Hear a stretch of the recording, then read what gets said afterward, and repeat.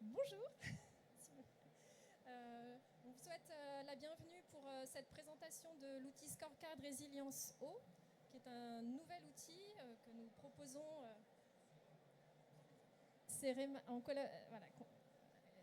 que le CEREMA et Veolia proposent pour l'évaluation de la résilience des services d'eau et d'assainissement des collectivités.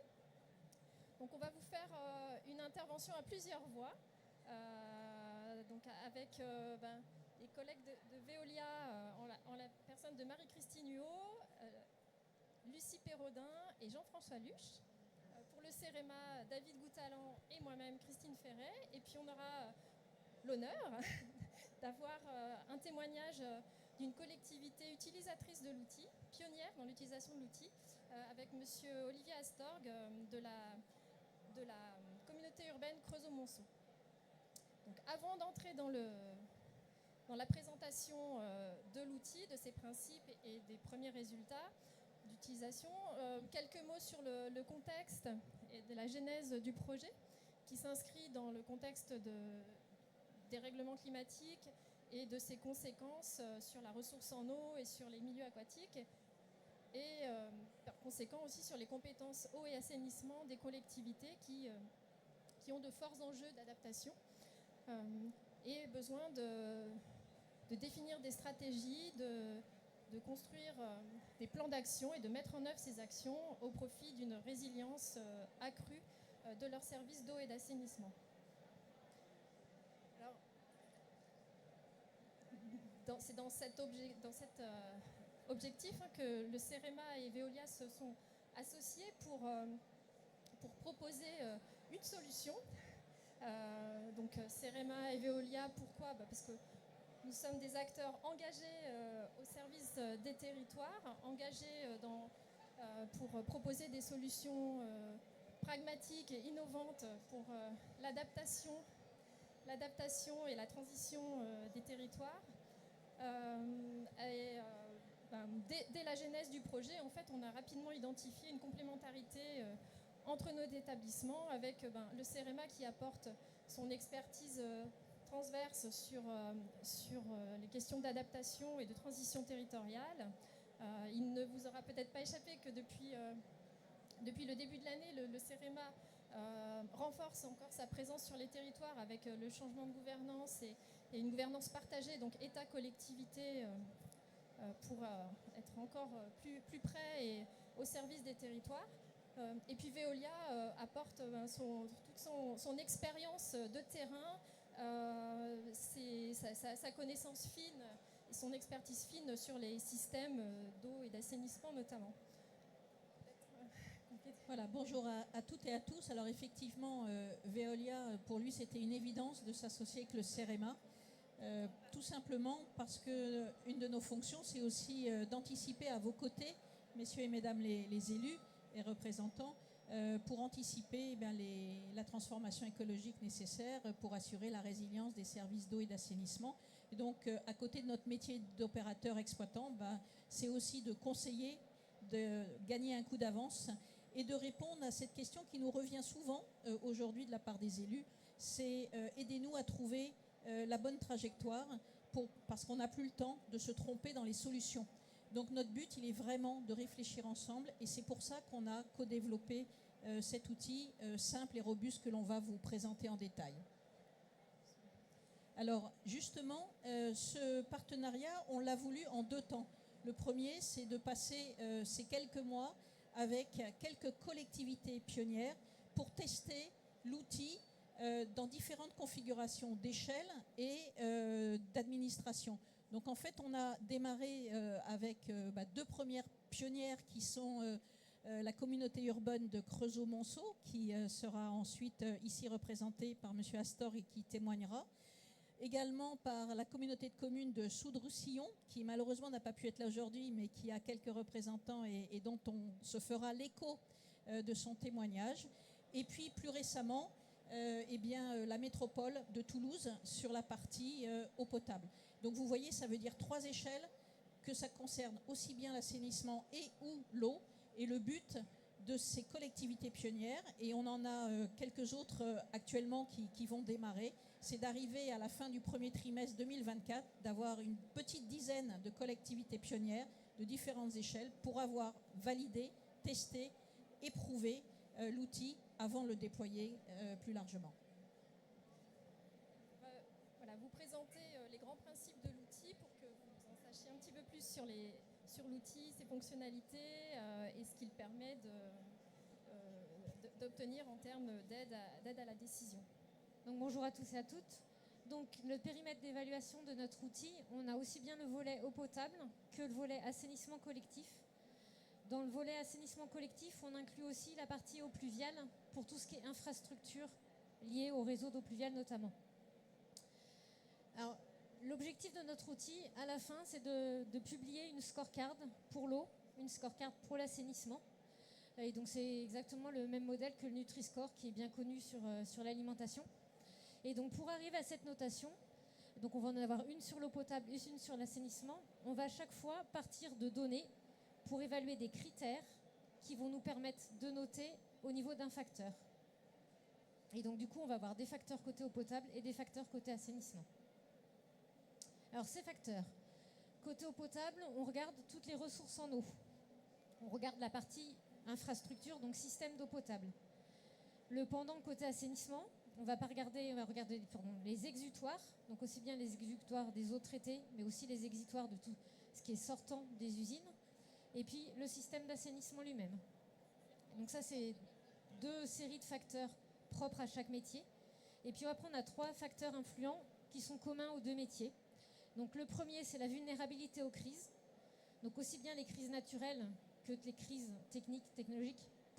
Le deuxième, c'est tout ce qui est stratégie de la collectivité mise en place. Et enfin, le dernier volet, c'est l'organisation elle-même et la gouvernance mise en œuvre par la collectivité. On vous présente ici un exemple d'évaluation fourni par l'outil, avec donc à gauche une évaluation concernant le service d'eau potable, à droite l'assainissement. On retrouve en fait les différents facteurs d'influence que vous a présenté Lucie. On voit ici tout l'intérêt de l'outil avec une évaluation globale du niveau de résilience actuel de chacun des services. Et ensuite, on peut analyser en détail le niveau de résilience de chacun des facteurs d'influence. L'avantage, le gros intérêt de l'outil, c'est non seulement d'identifier les points forts.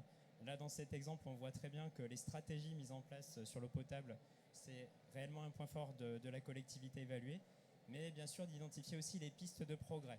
Dans cet exemple, on voit que la vulnérabilité aux crises est la moins bien évaluée par l'outil. L'intérêt de l'outil aussi, c'est d'aller dans le détail. Donc si on s'intéresse à un facteur d'influence, en l'occurrence ici la ressource en eau, on peut analyser également le niveau de résilience de chacun des critères qui ont servi pour évaluer ce facteur-là. Et donc, là encore, identifier quels sont les points forts, mais surtout quelles sont les pistes de progrès sur lesquelles agir et lancer des actions pour accroître sa résilience. L'intérêt de l'outil, c'est d'accompagner les collectivités dans la définition de trajectoires de progrès. L'outil permet d'évaluer le niveau actuel de résilience des services d'eau et d'assainissement, d'identifier les points faibles et les actions associées pour accroître la résilience sur ces points faibles. Et donc on peut identifier les actions à mener à court terme, ça peut être des actions déjà engagées par la collectivité, par exemple pour accroître la connaissance qu'elle peut avoir sur une ressource en eau, et puis des actions sur le plus long terme, la mise en place par exemple de mesures de sobriété ou l'identification de ressources en eau stratégiques pour l'eau potable. Et donc un autre intérêt de l'outil, ça va être de réévaluer régulièrement son niveau de résilience pour voir les progrès qui ont été effectués par la collectivité dans le temps. Après cette présentation des grands principes de l'outil, on vous propose de passer à une séquence concernant les témoignages des premières collectivités utilisatrices de l'outil. Donc on va donner la parole à Olivier Astorg pour la communauté urbaine Creusot-Monceau. Alors peut-être avant de parler de l'outil, présenter sommairement votre territoire, ses principales caractéristiques et puis les éléments de contexte concernant les services d'eau et d'assainissement Creusot-Monceau. Alors merci, bonjour à toutes et tous. Donc effectivement, le territoire de la communauté urbaine Creusot-Monceau que je représente cet après-midi, c'est 34 communes avec 2 villes-centres et un secteur urbain effectivement assez développé, mais aussi un territoire rural important, notamment sur la périphérie effectivement de cette communauté urbaine qui s'est élargie en termes de territoire ces dernières années. Un petit peu moins de 100 000 habitants, 95 000 habitants pour une étendue de 750 km². Vous voyez, c'est 750 km², c'est quand même relativement étendu. Un contexte et une histoire industrielle importants, dont le territoire effectivement est fier. Et aujourd'hui, cette industrie qui est en pleine recomposition et en plein essor avec des industries extrêmement innovantes, c'est aussi un élément important de la manière dont sont structurés les services d'eau et d'assainissement sur le territoire. Les particularités de ce territoire, c'est que la ressource en eau potable est quasi exclusivement d'origine d'eau de surface. On n'a pas de captage, ou quasi pas effectivement de captage. Donc on voit effectivement les enjeux qu'on peut avoir sur ces retenues d'eau sur le territoire en termes de préservation et d'enjeux vis-à-vis de la vulnérabilité effectivement de celle-ci. Quelques chiffres, je ne vais pas vous assommer effectivement avec ça. Donc sur les volumes, on a une étendue principale effectivement d'eau qui fait à peu près 10 millions de mètres cubes et qui permet, sans mauvais jeu de mots, mais d'arroser le territoire. Voilà, dans son ensemble, on a d'autres barrages effectivement sur la partie nord du territoire sur des volumes un petit peu moins de l'ordre de 2 millions de mètres cubes qui servent également à distribuer les industriels dont je parlais tout à l'heure, puisqu'on a la chance d'avoir des fleurons effectivement sur le territoire et qui ont des besoins d'eau qui sont à la fois importants, même si ceux-ci se sont inscrits depuis plusieurs années dans des politiques de sobriété et de moindre consommation de la ressource en eau. Alors, j'ai beaucoup parlé d'eau potable.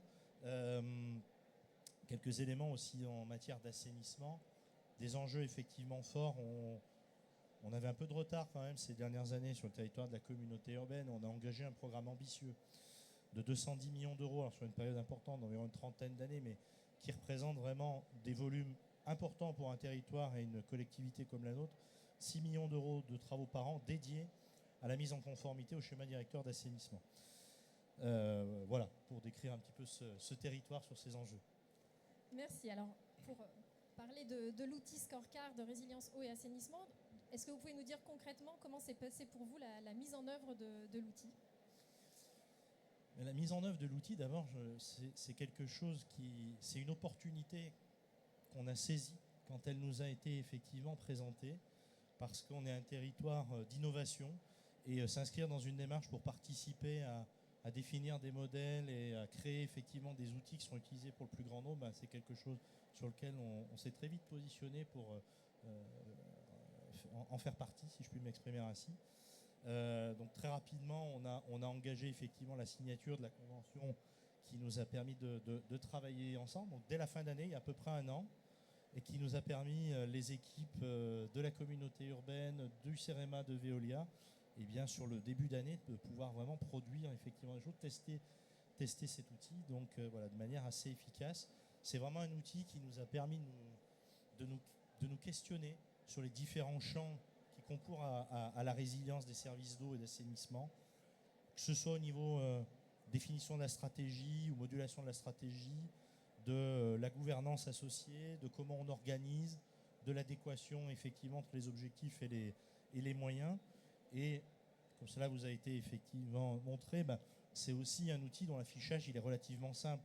On voit que c'est assez parlant quand on veut aller vite pour montrer où on en est, avec comme le Nutri-Score effectivement dans le domaine de l'alimentaire, des valeurs avec des lettres, des codes couleurs.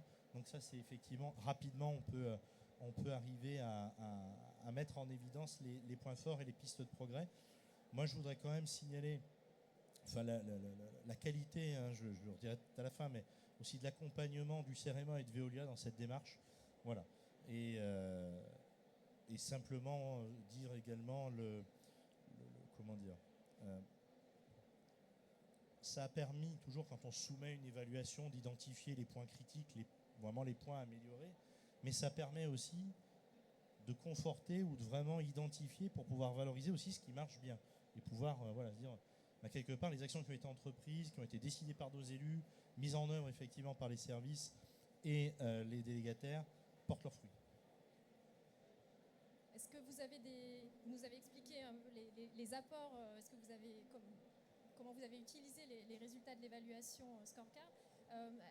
Comment voyez-vous la suite? Quelle perspective d'utilisation avez-vous? Ouais. Je disais en fait, peut-être si on peut juste s'attarder quelques instants effectivement sur la partie évaluation. À la fois ça nous a conforté dans certaines choses, mais aussi ça nous a permis effectivement de dégager des pistes. Alors le sujet c'est pas de vous présenter quels sont les points forts et les pistes de progrès du territoire, mais dans son ensemble. Mais on avait engagé dans le cadre des périmètres de protection effectivement la principale ressource en eau du territoire, des actions importantes, notamment vis-à-vis du risque routier, puisque en fait c'était un risque majeur, une route importante qui servait en plus d'itinéraire de délestage quand il y avait des mesures de régulation de trafic sur une 4 voies à proximité. Donc ça posait effectivement question. C'était un des gros points de vigilance en termes de protection. Donc ça nous a permis de cibler que les actions qui ont été entreprises depuis plusieurs années portaient leurs fruits, qui étaient à poursuivre. Ça nous a permis de conforter aussi ce dont on se doutait déjà sur des sujets importants et qui sont encore plus importants dans un contexte effectivement de dérèglement climatique, d'enjeux sur l'ensemble du territoire départemental et même au-delà, d'interconnexion avec les autres collectivités. Si nous on a un problème sur nos ressources en eau, en fait on n'est pas interconnecté aux autres, donc ça peut être effectivement une problématique. Pour les autres également, nous on est un peu un territoire riche en ressources, mais si cette ressource-là elle a le moindre souci, on est potentiellement tout seul, donc ça nous donne aussi des perspectives pour travailler à l'avenir. Et du coup je réponds à votre question sur effectivement les perspectives.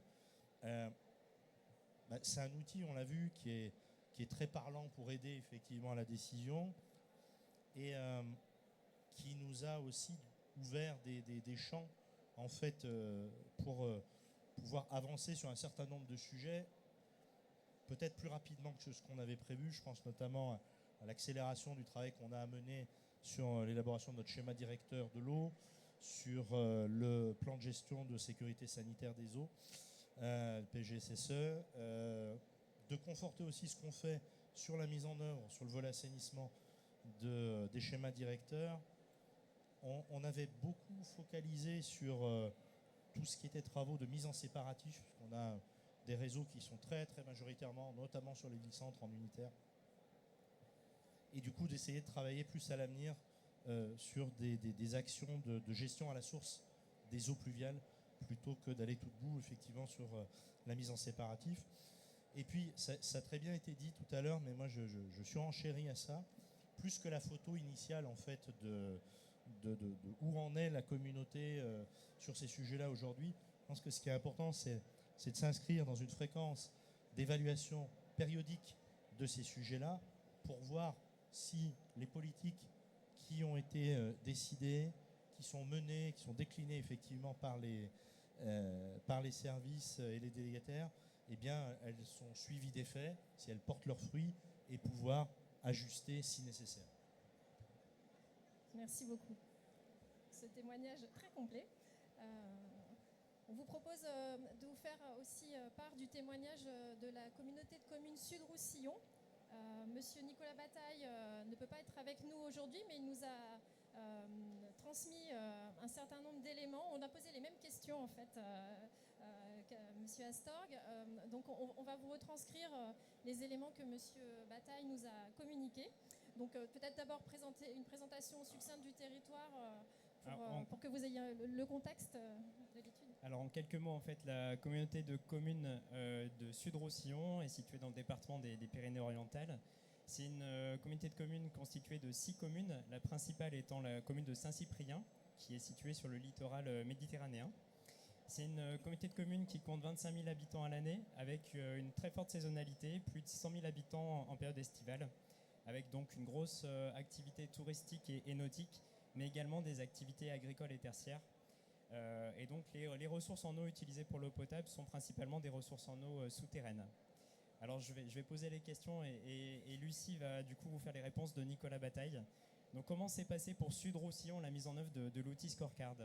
Donc ne pas oublier que j'incarne Nicolas Bataille, ce qui vous faut beaucoup d'imagination. Donc le jeu, c'est pas moi. Cela fait maintenant 5 ans que je gère le service de l'eau et de l'assainissement de la communauté de communes Sud-Roussillon. Et bien sûr, après 20 ans à gérer des contrats d'eau et d'assainissement pour une grande compagnie fermière, je pensais maîtriser tous les tenants et aboutissants du sujet. Force est de constater que l'analyse 360 degrés nous prouve que nous nous sommes très loin du compte et nous ouvre à des options que nous n'aurions pas envisagées seuls. La démarche Scorecard permet de faire ce pas de côté qui change notre focale sur le sujet et nous permet de faire évoluer notre manière de gérer, d'anticiper les situations sans transformer fondamentalement nos services. C'est un outil d'analyse structurelle intégrant le besoin, les ressources, la dynamique d'un territoire et sa politique, tout en mettant en lumière les points forts, les déficits, ainsi que les pistes d'amélioration. Au-delà du travail de collecte de données, la mise en œuvre de l'outil a été réellement fluide. L'accompagnement de l'équipe Scorecard nous a permis d'appréhender très vite les enjeux véhiculés par l'outil. Que vous ont apporté les résultats de l'évaluation ? Donc, comme je le disais précédemment, au-delà de la remise en question de nos certitudes en termes de gestion et de prise de décision, l'outil propose des pistes d'amélioration. Les résultats nous ont ainsi confortés dans nos choix. Je prendrai comme exemple le changement climatique et l'extrême sécheresse qui touche notre département, nous maintenant en état de crise. L'outil nous a confortés dans le choix de développer la reuse plutôt que de proposer de nouvelles ressources quaternaires, et ce, avant l'avènement des phénomènes climatiques. Cet été, nous avons pu soulager la tension sur les ressources profondes en suppléant cette eau par de la reuse. Nous avons permis de maintenir une certaine économie liée au tourisme en fournissant de l'eau au golfe de Saint-Cyprien, en contenir des incendies en fournissant le SDIS 66 depuis la station de dépollution, maintenir certaines espèces vertes fraîchement plantées, protection de plus de 500 000 € d'investissement. Tout ceci n'aurait pas été possible avec des nappes pliocènes et ou quaternaires frappées par un arrêté préfectoral de restriction d'usage. Pour finir, quelles sont pour vous les perspectives d'utilisation de l'outil et de ses résultats ? L'outil à proprement parler n'est pas un outil opérationnel, mais il est dédié à un usage stratégique et tactique. Il représente une réelle aide à la prise de décision sur une politique globale du territoire. Stratégique dans le sens où il va aider nos élus à prendre la meilleure position sur les objectifs à fixer, et tactique au sens où il va nous aider à les atteindre. À mon sens, l'adjectif qui le qualifie le mieux est prospectif. Le scorecard est une analyse structurelle mettant en œuvre une analyse de risque globalisée, permettant une vision uniforme afin de prendre des décisions saines et accroître la résilience des services de l'eau, de l'assainissement et du pluvial. Pour clarifier mes propos, je prendrai comme exemple la nécessité de lancer une étude pluviale sur l'intégralité du territoire, n'ayant pas la compétence pluviale. Et ceci dans l'optique de venir assurer le plan de gestion et de sécurisation de la ressource en eau potable. Ceci pourrait paraître en total décalage avec la période de sécheresse que nous traversons, mais qui prend tout son sens avec les derniers événements survenus ces derniers jours dans le nord de la France. Enfin, je finirai en disant que le scorecard est un outil vivant qui permet une évaluation des progrès, mais aussi de l'impact de nos décisions, et que cette évaluation doit être régulièrement relancée pour être réellement perspicace. Merci, Monsieur Bataille. Merci, Lucie. Et puis, pour compléter le panorama des retours de nos collectivités pionnières, la troisième collectivité pionnière, c'est Toulouse Métropole. Donc là, l'évaluation a été réalisée tout récemment, donc on n'a pas encore complètement consolidé le retour d'expérience, mais peut-être d'ores et déjà quelques mots. Marie-Christine, si tu veux nous partager. Voilà, donc sur la troisième collectivité test, c'est une métropole. Et donc on est au milieu du travail, donc on ne peut pas dire les 2/3. Et donc on voit déjà une tendance poindre. Et ce qui est très intéressant, et je me fais l'écho donc des services techniques et des élus de Toulouse Métropole, qui ont été heureusement surpris de la pertinence et de l'intérêt de l'outil, pensant que finalement c'était peut-être encore un truc en plus qui allait nous prendre du temps. Et en fait, donc plusieurs éléments ressortent. Le premier, c'est ce qui a déjà été dit, c'est d'abord un accompagnement, c'est-à-dire qu'on ne les laisse pas tout seuls, c'est un accompagnement, et quand on est collectivité pionnière, eh bien, il y a un accompagnement de nos équipes pour réaliser le travail. Le deuxième et le plus important, c'est vraiment la mise en perspective que c'est adapté à l'échelle d'une métropole, ce qui n'était pas gagné, et ça faisait partie des points que nous voulions valider. Le troisième point qui me semble essentiel et peut-être qui a été moins dit à travers les 2 premiers témoignages, qui est revenu de la part de Toulouse Métropole, c'est de mettre finalement en cohérence, voire parfois en confrontation, le rassemblement de données, de périmètres extrêmement silotés. C'est-à-dire qu'on va mettre en cohérence les éléments qui concernent la gouvernance, les éléments qui concernent la stratégie, les éléments qui concernent le réseau physique, les éléments qui concernent la connaissance sur la ressource, les éléments qui concernent les crises. Et comme vous savez tout un chacun, bien souvent, dans ces cas-là, dans une collectivité, on est organisé de façon assez silotée.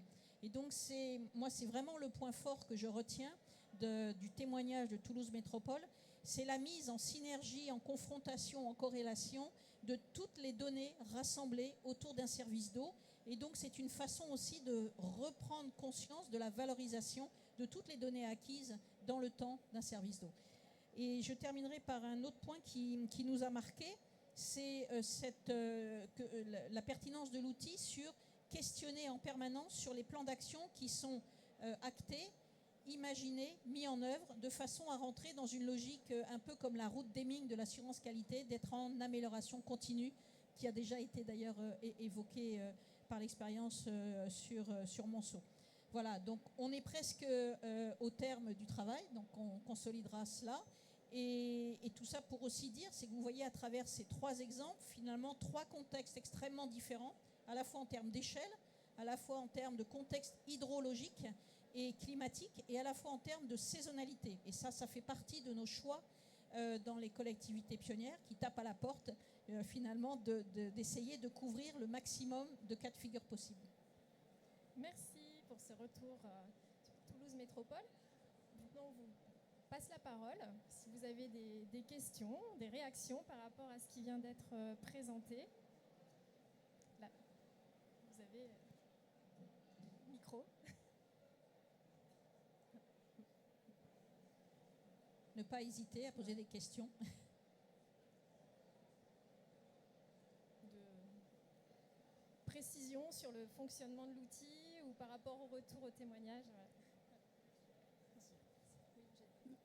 Juste pour confirmation, cette évaluation, elle est menée par les services techniques et par les élus sur la base de la méthodologie proposée dans l'analyse des réponses, enfin la nature des réponses qu'on peut donner à la scorecard. C'est-à-dire, vous en êtes là et vous devriez répondre plutôt A, B, C ou D ou E sur tel critère, mais c'est vous qui faites l'évaluation. C'est le service technique qui fait l'évaluation.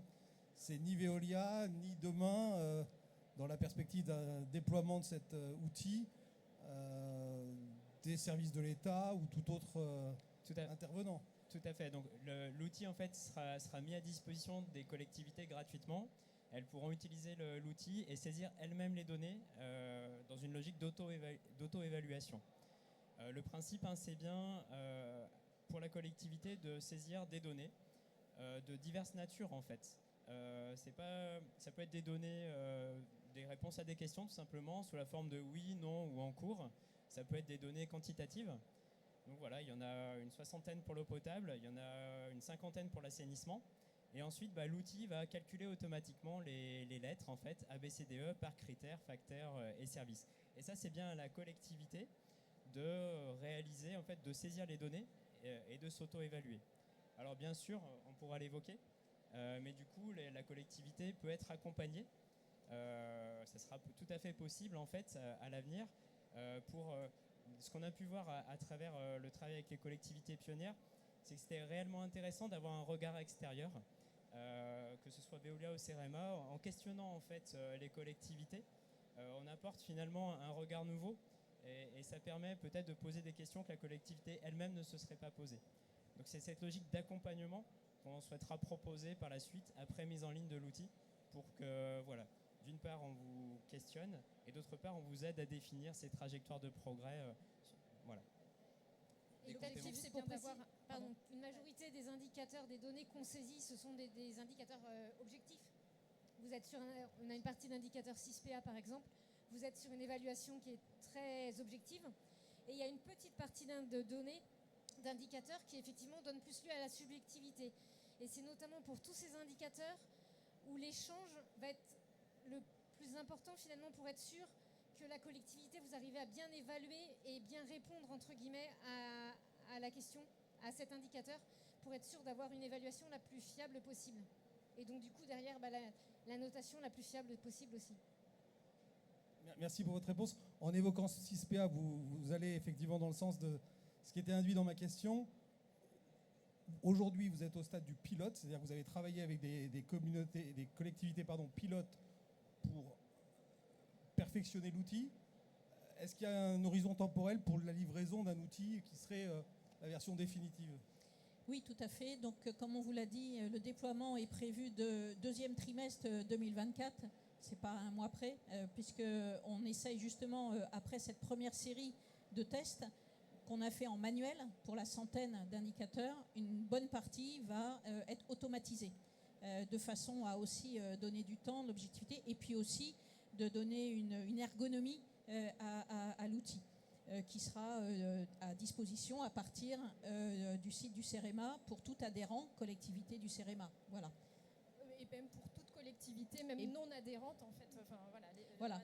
Un accès libre à horizon, deuxième trimestre, pour l'été 2024.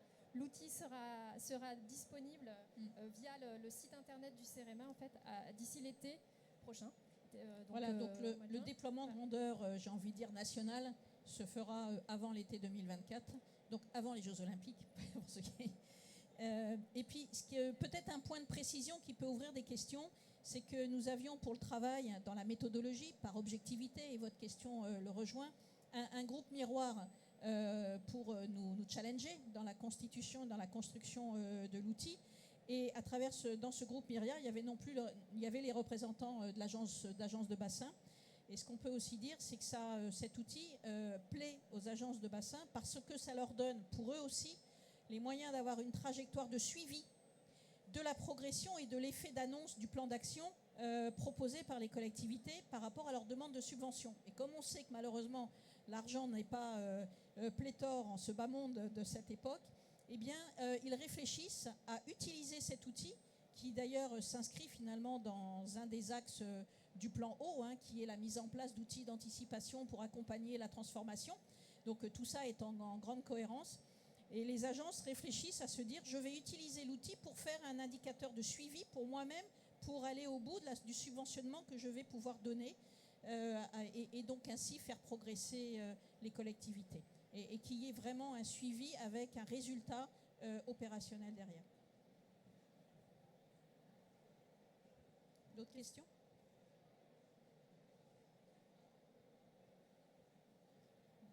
Bon, pas d'autres questions ? Bon, si vous avez des remords sur des questions, voilà. Parce qu'on nous dit que le temps imparti va bientôt être s'achever, prendre fin.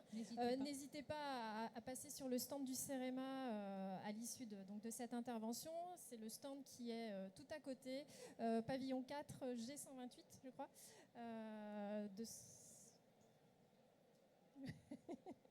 Il est G128 dans cette direction, ouais. C'est à 2 minutes ici. Voilà. Et peut-être, du coup, en fait, quelques mots pour conclure, résumer peut-être ce qui vient d'être dit. En fait, on a un outil qui est développé, qui a pu être consolidé grâce à l'apport du travail réalisé avec les collectivités, qu'on remercie une fois encore, parce que c'était vraiment important d'éprouver l'outil et de le consolider sur le terrain, avec un regard des futurs utilisateurs. Donc voilà, un déploiement prévu d'ici l'été 2024, et d'ici là on continue le travail avec des collectivités pionnières volontaires qui bénéficient d'un accompagnement un petit peu plus à la carte, un petit peu plus poussé. Voilà, donc on a encore pour perspective de travailler avec quelques collectivités. On a déjà quelques pistes, mais si il y a des souhaits d'engager le travail avec nous, n'hésitez pas à manifester votre intérêt. Il reste à peut-être... Oui, si je peux rassurer les collectivités qui pourraient se poser la question, est-ce que ça va être lourd à mettre en place? Donc l'accompagnement pour l'instant est présent, donc les équipes CEREMA et Veolia dans le cadre de cette mise en place. Pour la communauté urbaine, dont on a parlé tout à l'heure avec Olivier, l'importance d'avoir des rapports annuels du délégataire avec beaucoup de données qui sont ensuite mises sur le SUSPA ou pas sur le SUSPA. Donc il y a des éléments qui ne sont pas sur le SUSPA qu'on a été chercher dans les rapports. Donc l'exhaustivité et l'objectivité des données qui sont dans ces rapports sont un élément important pour avoir un rendu qui soit parlant et sur lequel on peut discuter. Donc c'est en tout cas un bon document de partage. Donc nous, en comité de pilotage du contrat, on l'a présenté aux élus avec les services de la communauté urbaine. Et voilà, c'est riche d'échanges. Et en tout cas, voilà, moi je peux qu'encourager, s'il y a encore quelques collectivités qui veulent se lancer avant la version définitive, ben voilà, c'est pas insurmontable et surtout ça permet de bien travailler, de réfléchir ensemble. Et ce sera le mot de la fin. Merci à tous et merci à Monsieur Astor pour son témoignage. Merci.